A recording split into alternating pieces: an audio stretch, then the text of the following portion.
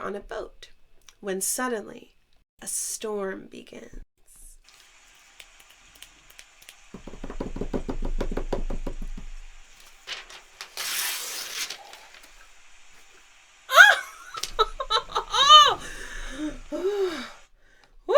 We made it.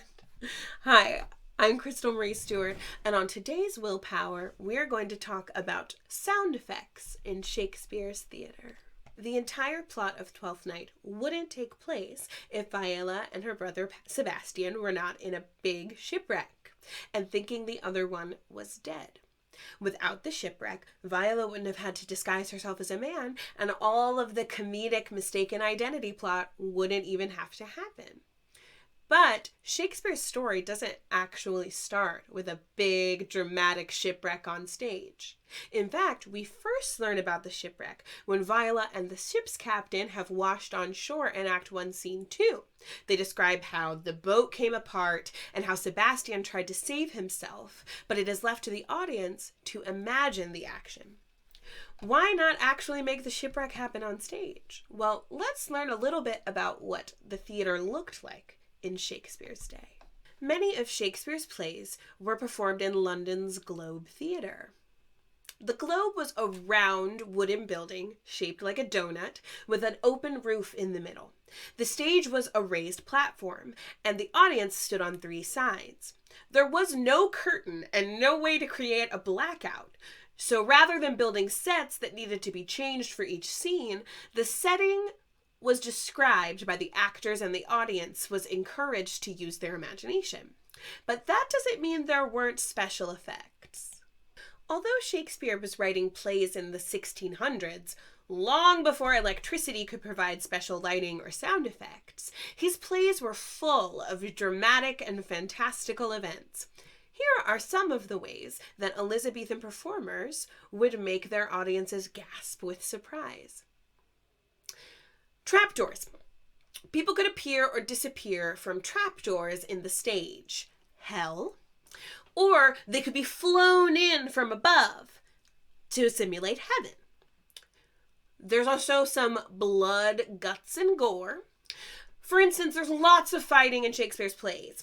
Handkerchiefs soaked in animal blood or bones, intestines, bladders, animal bladders filled with fake blood or real blood that would have burst when pierced.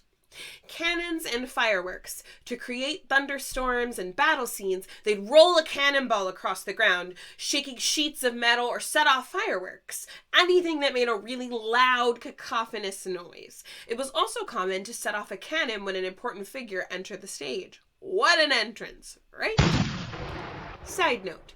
On June 29, 1613, during Shakespeare's play Henry VIII, a cannon went off, but it created more of a dramatic effect than intended. The Globe Theatre was made of wood with a roof of dry, thatched straw, so when a spark from a cannon landed on the roof, the theatre caught fire and burned to the ground within 2 hours.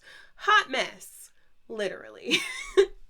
When there wasn't real fire, they would burn mixtures of salt and alcohol to get different colored smoke to create fog, ghostly, or spiritual effects. Other special effects include instruments to create sound effects such as the horrifying sounds of hell or celebratory music. Actors used their voices to make ghostly sounds or the sound of a rooster crowing or dogs howling, but sometimes real animals were used as well. Although to our modern eyes, these special effects would seem pretty basic, Elizabethan audiences would have been amazed. So, back to our shipwreck in Twelfth Night. Although Shakespeare didn't create a shipwreck on stage at the Globe Theatre, modern productions of Twelfth Night often choose to hook audiences in by starting the play with this exciting and dramatic event. Now it's your turn. How would you do it? If you were to create a shipwreck in your classroom or your living room, how could you make it happen? Would you make it realistic or abstract? What materials could you use? Could actors or dancers use their bodies? How could you create sound effects using objects, body percussion, your voice, or instruments? What about using puppets? Here are a few photos for inspiration. Think about how you might be able to adapt these ideas to create a shipwreck using the materials and resources that you can find in your classroom or living room. And check out our experience guide by clicking the link below to learn more about Shakespearean special effects. Have fun creating, and we'll see you soon for more willpower.